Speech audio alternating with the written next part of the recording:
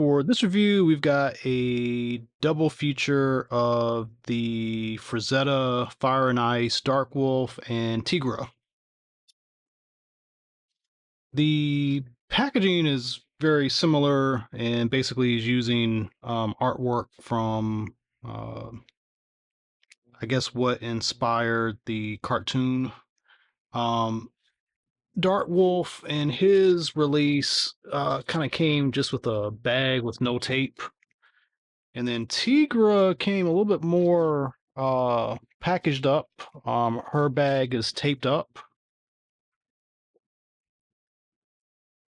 Looking at these guys from the front, I don't think you can tell much of a difference. On the top, it does state who they are. On the side, it also states who they are. And the photography on the back definitely shows off both figures pretty well. There is also a book opening on the front of each. So here we have Dark Wolf, and he's got some text down here. And then we've got Teegra, and she's got a little bio there. So both looking pretty nice. And there's a variant exclusive version of Dark Wolf coming out soon. So if you didn't get this guy and can't find him, there's another version coming out very soon. So let's get them out of the package and take a look at the figures.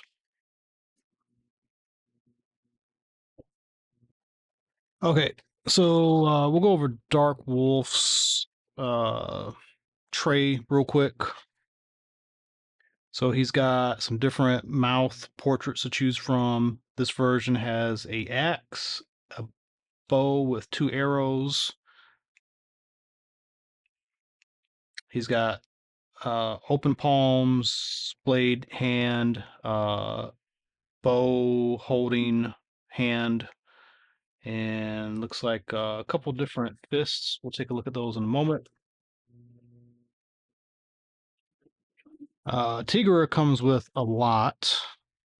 She has an entire panther with an alternate head. She's got kind of a stoic face, then she's got a smiling face, and then like kind of like a excited face. She's got a dagger and then a pointed stick. She's got a different hair sculpt, and then she's got some open hands, closed weapon holding hands, and then kind of more relaxed hands. So that is the inner packaging. We'll go ahead and get these guys on out to take a better look. Okay, so here they are out of the package, and the sculpts are just phenomenal. Especially Teegra, there's a lot of shading on the skin, so it's not just plain, like one tone on the uh, skin parts. And for this figure to have such dainty little feet, she stands really well. So um, just excellent engineering on that part. Dark Wolf is a sturdy figure also and very imposing. The buck that they've created for this is really just amazing. Um, yeah, just incredible. So we talked about the accessories a little bit. I'm going to zoom in just so you can see them a little bit better. So again, Dark Wolf has closed fists. He's got some weapon holding hands. He's got a string pulling hand, and then he's got these kind of open splayed hands. He's got some different facial expressions, which we'll take a look at. And then here's Teegra's 2 heads, 2 alternate heads, and she's got a system where the hair pegs into a hole on top. And takes some work to get it in there, but once you do, it looks good.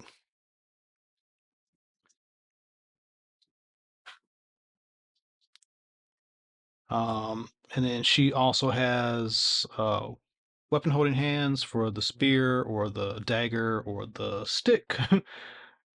She's got splayed hands. She's got the spear. The panther has a portrait to look realistic-ish, kind of like these cat eyes. And then the other portrait is, I guess, more animation-like, and also has a opening jaw, kind of. It's really tight. The head is really on there tight too, like it's got that fans toys squeak. Matter of fact, I don't think I even got that on there good. Um, oh, this is kind of popped out a little bit. Yeah, the tolerances on this is a little too tight. So you probably want to heat up the back of the neck before swapping out the heads on that. Okay, so articulation. Um, Trying to see if this guy's got. He doesn't have a butterfly joint, but um, he's got swivel at the elbow, so he doesn't have a traditional bicep swivel. I think that's fine. They It kind of seems like they are trying to be careful of like not breaking up the sculpt too much. Same thing with the hips. There is not a upper hip cut, but there is quite a bit of movement in the hip, and no knee. Oh yeah, there is some knee swivel. The swivel's at the bottom of the other knee and not the top, um, which I say is more realistic for anatomy anyway. Um, he's got a really nice up and down, and I think it's because, I mean, as you see, this part has kind of a gap here, but that gap is going to give you what you need to be able to move the foot. And I think yeah, it's floating also, so it kind of gets out of the way. I do like that. And the hands do have, swivel, back and forth motion. So you got a lot going on there. I'm going to take the head off, and the face system, you just kind of pull it out, and it's got like this nub, so you can have, different expressions.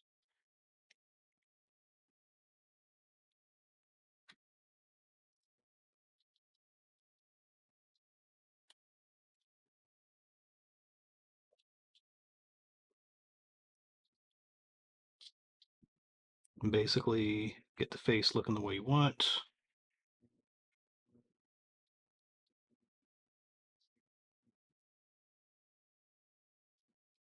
And then the neck and head is a double ball system.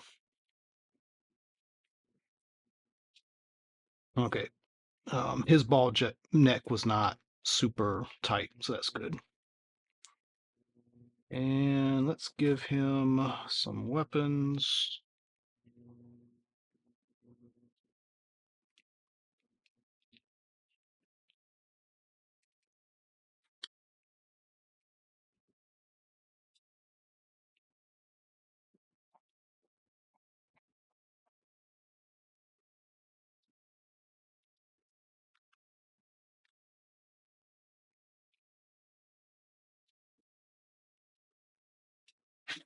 And I think that looks pretty good.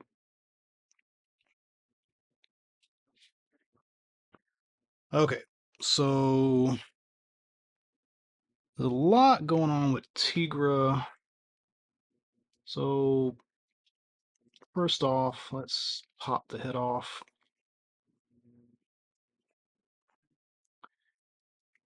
She's got this overlay. She's got this basically this bikini look underneath.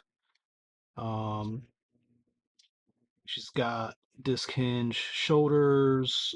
She's got swivel elbows, swivel hands with joints at the wrist. There is a upper torso ball joint. They sculpted her so that her booty would stay round the whole time and not be cut apart. So it kind of makes the articulation a little weird, but she does have some good movement. Good knee articulation, and as I mentioned, the feet are pretty sturdy. They do have extreme up and down. Let's make sure she can still stand after all of that. So just a lot of stuff going on with this figure. Um,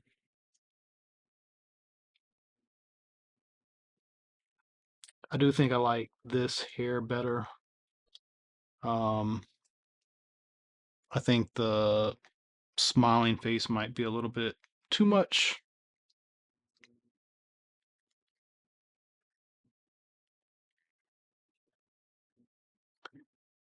The wrist pegs are extremely small, but they snap in and secure really well.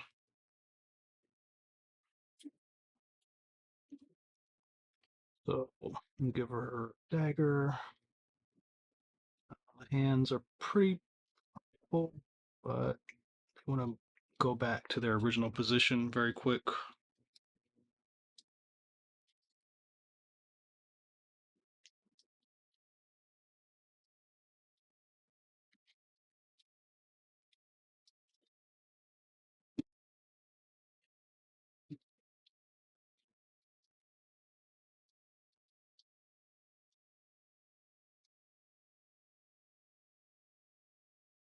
So there she is with her spear and dagger. And then the panther, I think the panther's name is Shaitan. Um, and when you're ever going to mess with the head, you're going to have to heat this thing up. This guy keeps popping off. It ain't really staying on there. Another thing is, there's a ball joint at the head. There is a ball joint at the tail. It doesn't let you do a whole bunch, but it's there. The rest of it is pretty static. It is nice and like hefty, like it's a big solid piece of plastic, but um, that's pretty much it. He doesn't move, which I think is fine. It's like a free Tiger accessory.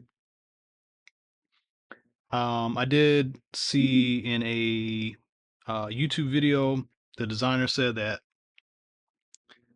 don't be surprised if they come out with a articulated panther, like maybe he's going to be his own release. I don't know, but that's a possibility.